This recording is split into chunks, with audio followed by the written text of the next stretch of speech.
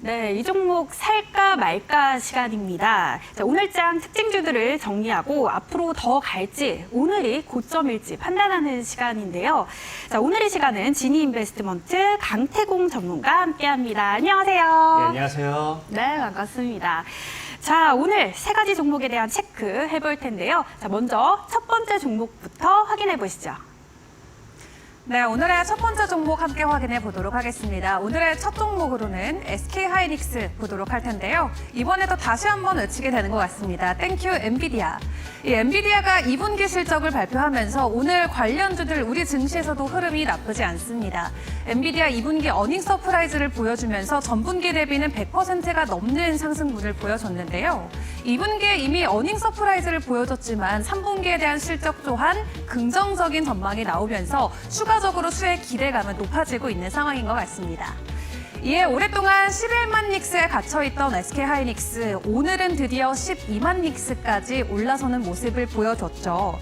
AI 확산 수요가 계속 급증하고 있습니다. 그렇기 때문에 HBM 시장을 눈여겨볼 수밖에 없는데 SK하이닉스 같은 경우는 이미 이 시장에서 선점을 하고 있는 대표적인 기업 중 한 곳입니다.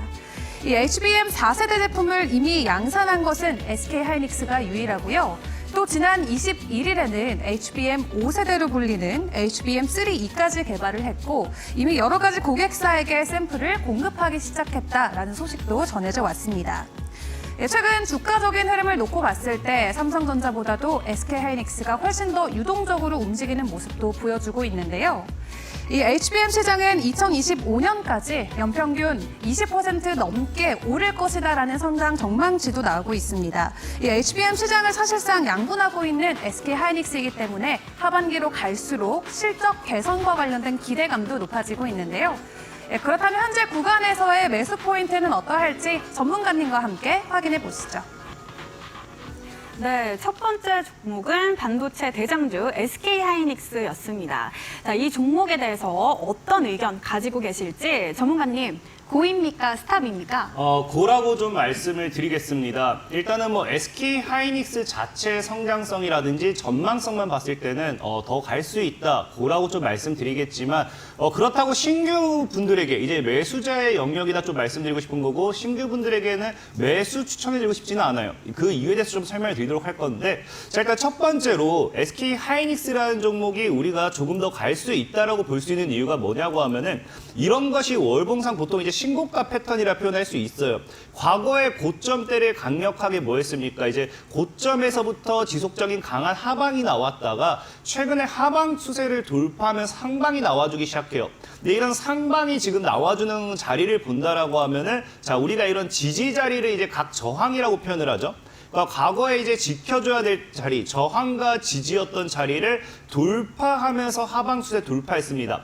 자, 그러면서 최근엔 또 뭐 하냐고 하면은 그 다음에 지켜줘야 될 자리였죠. 그 다음에 지켜줘야 될 자리, 즉 저항 자리를 뭐 했습니까? 이번에 다시 돌파하면서 안착하는 모습이 보여주고 있어요. 그래서 이런 패턴이 나와준다라고 하면은 장기적인 우상향을 기대해 볼 수 있고요.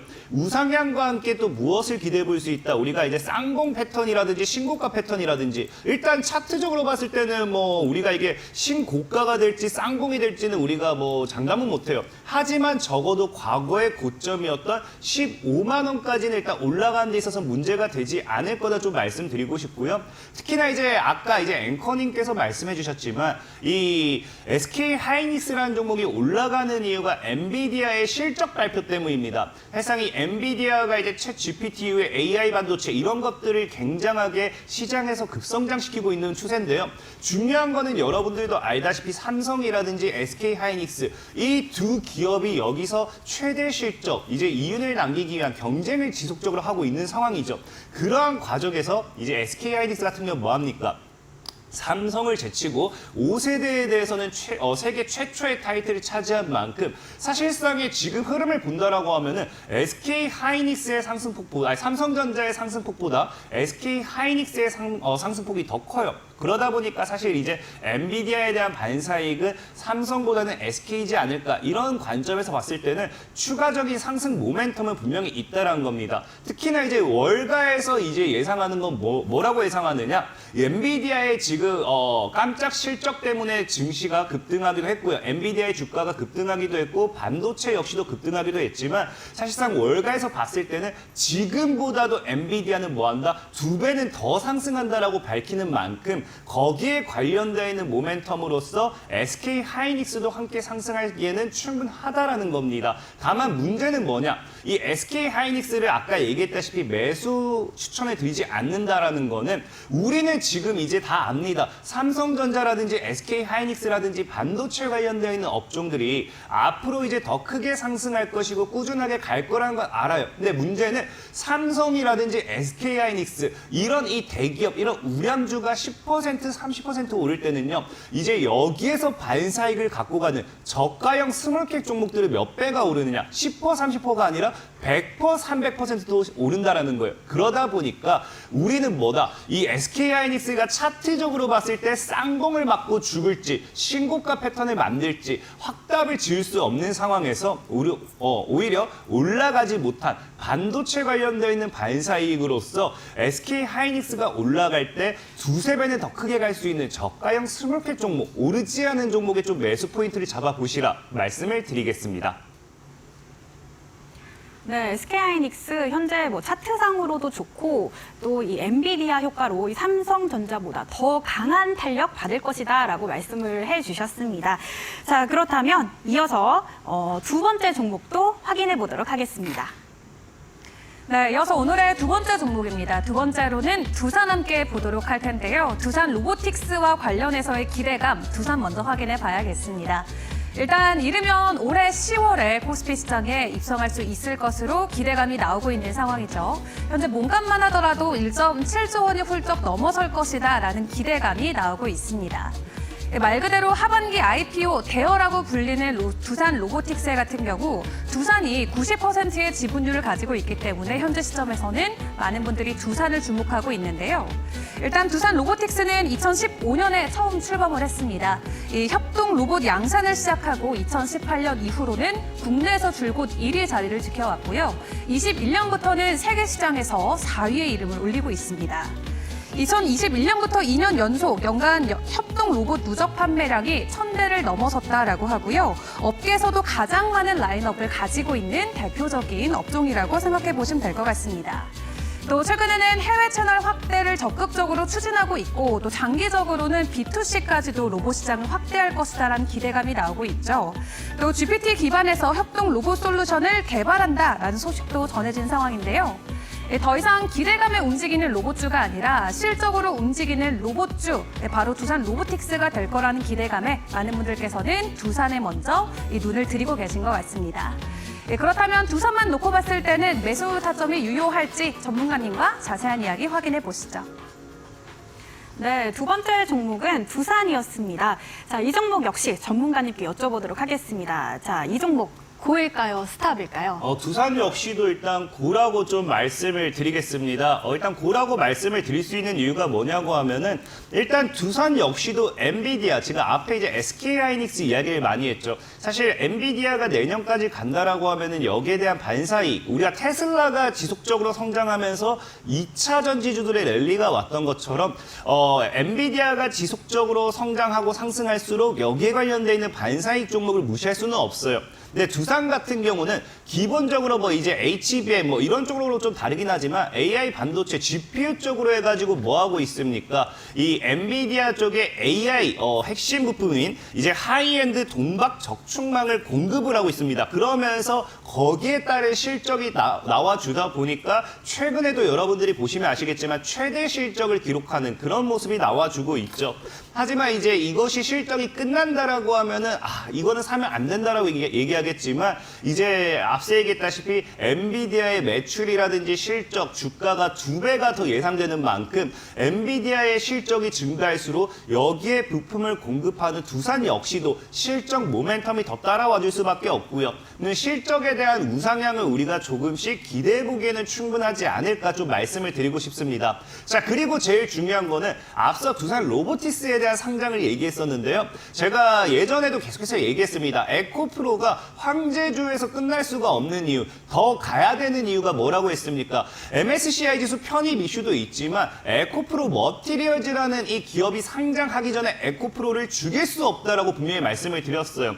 두산 로보틱스 역시도 지금 상장하기 전에 이 두산이라는 이 종목이 기업이 지금 무너진다라고 하면은 사실 상장 당시의 상장가라고 우리가 이야기를 하죠. 상장 이후에 개인들의 수급이라든지 이런 것들 주가에 굉장히 악영향을 끼칠 수밖에 없습니다. 그러다 보니까 두산 로보틱스가 상장하기 전에 이 두산이란 기업, 사실 이 두산 로보틱스뿐만 아니라 모든 기업들이 상장하기 전에 그룹으로 엮여 있는 기업들은 그 그룹주를 강하게 끌어올리면 올렸지 죽이지 않는다라는 거예요. 그런 관점에서 봤을 때 두산이라는 이 기업은 두산 로보틱스의 상장을 위해서라도 주가를 오히려 더 끌어올리기 위한 주주를 위한 그런 적극적인 행보를 보여주지 않을까 좀 생각을 해보고 싶고요. 특히나 이제 차트를 보시면 이게 더 좋은 게 월봉상이라고 우리가 표현을 할 수 있죠. 지금 월봉상 이렇게 보시면 아시겠지만 거의 이 자리가 언제냐고 하면 거의 15년입니다. 15년 동안 박스권을 행보했어요. 근데 지금 이 자리만 뚫어낸다라고 하면은 우리가 정말 강력한 상승으로서 기대할 수 있는 게 여러분들이 일봉상이라든지 우리가 패턴을 보면 이런 게 있죠. 강력한 상승 이후에 이런 박스권을 만듭니다. 박스권을 만들고 나서 이 박스권을 돌파했을 때는 뭐가 나온다? 주가의 강한 상승이 나오게 되어 있어요. 근데 지금 이 두산이라는 자리가 어떤 자리다? 박스권을 돌파하기 직전 이 12만 2,500원대만 강력하게 뚫어낸다라고 하면은 이 15년 동안 행보했던 이 구간대를 강하게 뚫어내는 이 상승 모멘텀이 되기엔 충분하다라는 겁니다. 그러다 보니까 두산도 고라고 좀 외치고 싶고요. 다만 문제는 이제 박스권이라는 이 개념에서 봤을 때 두산은 하단을 잡으면 5만 원까지 박스권이 형성이 되어 있어요. 그러다 보니 무리하게 올라타시기보다는 오히려 이제 아래로 빠질 때 저가 매수의 기회로 삼는 그런 쪽으로 좀 보시면 도움이 될 것 같다라고 말씀을 드리면서 두산 역시 고라고 좀 말씀을 드리겠습니다. 네, 두산에 대해서도 고 의견 주셨습니다. 이 저가 매수를 노리면 좋을 것 같다라는 전략도 함께 제시를 해주셨는데요. 자, 두산 로보틱스의 상장이 예정된 점 그리고 엔비디아의 핵심 소재를 공급하는 점을 짚어주셨습니다. 자, 그렇다면 마지막 종목 확인해 보시죠. 네, 오늘의 마지막 종목입니다. 마지막 종목으로는 데브시스터즈 함께 보도록 하겠습니다. 장중에 20% 넘는 상승분을 보여줬는데요. 크게 두 가지 이슈 확인해 볼 수 있겠습니다. 일단 데브시스터즈 같은 경우는 기존의 게임들의 서비스 장기화로 인해서 매출 규모가 축소되어 왔었죠. 하지만 드디어 데브시스터즈가 신작으로 돌아왔습니다. 이 모바일 신작 브릭시티가 글로벌에 정식 출시하는데요. 이 브릭을 조립해서 도시를 건설하는 샌드박스 게임이라고 합니다.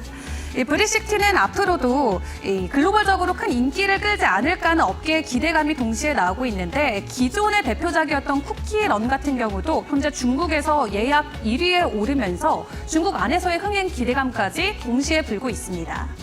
사실 이번 분기도 적자를 내면서 5개 분기 연속적으로 적자를 기록하고 있죠. 실적 부진이 나오고 있지만 다시 한번 신작과 관련된 모멘텀 그리고 기존 게임과 관련해서 중국 흥행 기대감이 불러일으켜 드리고 있는데요.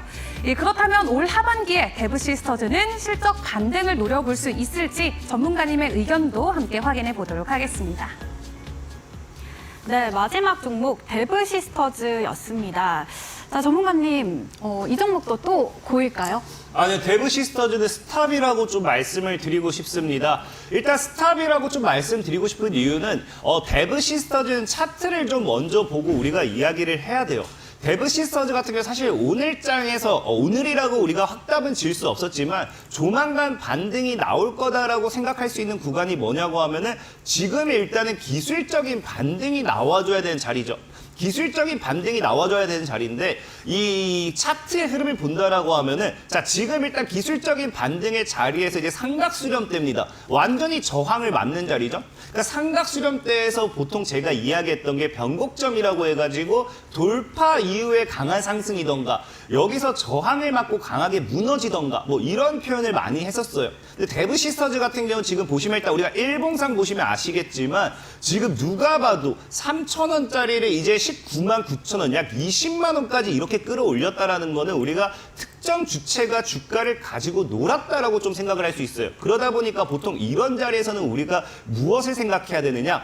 이런 자리, 그러니까 단기간에 엄청나게 급등했다 무너지는 자리에서 추가적인 상승이 아니라 남은 물량을 개인들에게 넘기는 그런 흐름이 나와주는 경우가 많습니다. 그러다 보니까 좀 조심해야 된다라고 좀 말씀을 드리고 싶고 특히나 데브 시스터즈 같은 경우가 다른 이슈가 없었다고 하면 괜찮아요. 근데 이슈가 뭐가 있습니까? 지금 데브 시스터즈 같은 경우 이 최고점 11월 달에 있죠. 3,000원대에서 약 20만 원까지 주가를 끌어올린 자리에서 뭐가 나왔냐고 하면요. 임원들이라든지 대주주들이라든지 지분을 넘기는 블록들이 나와줬어요. 이렇다라는 거는 정말 앞으로의 주가에 기대를 할 만한 게 사실 없지 않을까. 지금 게임에 대한 모멘텀이 나와주긴 했습니다. 신작이라든지 쿠키 킹덤이라든지 이야기가 나와주고 있는데 사실상의 뭐 제 개인적인 견해입니다. 이 게임을 해봤을 때 저는 재밌었다고 좀 느낀 적이 없어요. 그러다 보니까 이 게임을 가지고서 중국 시장에서 예약이 1등이라는 거지 이게 매출이라든지 이런 것들이 과연 따라올 수 있을까? 그리고 제일 중요한 거는 지금 얘네가 정말 올라가기 위해서는 과거에 이 파동이 쿠키 킹덤으로 갔습니다. 그러면은 정말 얘네가 이 실적이나 이런 게 따라와줘야 되는데 사실상에 여러분들이 데브 시스터즈가 여기까지 올라갔을 때 쿠키 킹덤이라는 종목의 실적 때문에 올라갔느냐? 실적 때문에 올라간 게 아니에요. 이 당시는 여러분들이 주식을 안 하셨으면 모르겠지만 2020년도, 2021년도 이때는 우리가 굉장히 게임주가 강세였어요. 메타버스 관련되어 있는 게임이 나오기도 했고요. 펄어비스에서 도깨비라는 게임이 나와주면서 이게 엄청난 흥행이다 뭐 하면서 그 관련 수주도 움직이기도 했고요.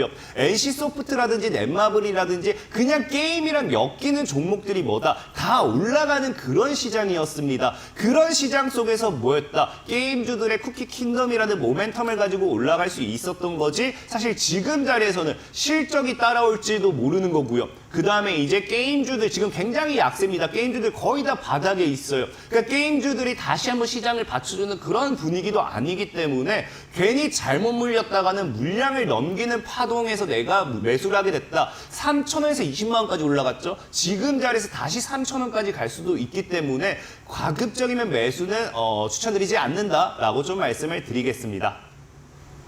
네, 데브 시스터즈 스탑 의견 주셨습니다. 지금 게임주 관련해서 전체적인 흐름도 좀 약세 흐름이고 뭐 좋은 모멘텀도 없다라고 아주 냉정하게 얘기를 해주셨네요. 자, 이렇게 세 가지 종목 의견을 제시해 주셨습니다. 저희는 다시 한번 투자 포인트 정리하고 돌아오도록 하겠습니다.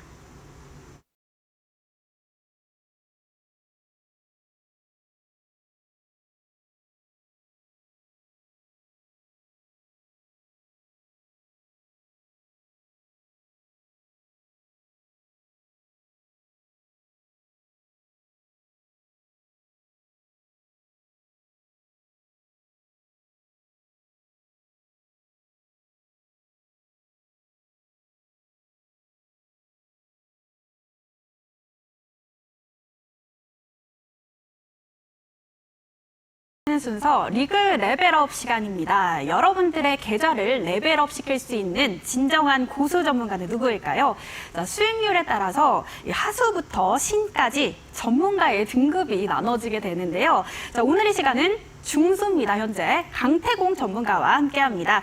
자, 중수, 고수, 영웅을 넘어 신으로 도달하길 기대를 해보면서 자, 오늘 레벨업 종목은 어떤 종목일까요? 오늘 여러분들에게 소개시켜드리고 싶은 종목은 이수 앱지스라는 종목입니다.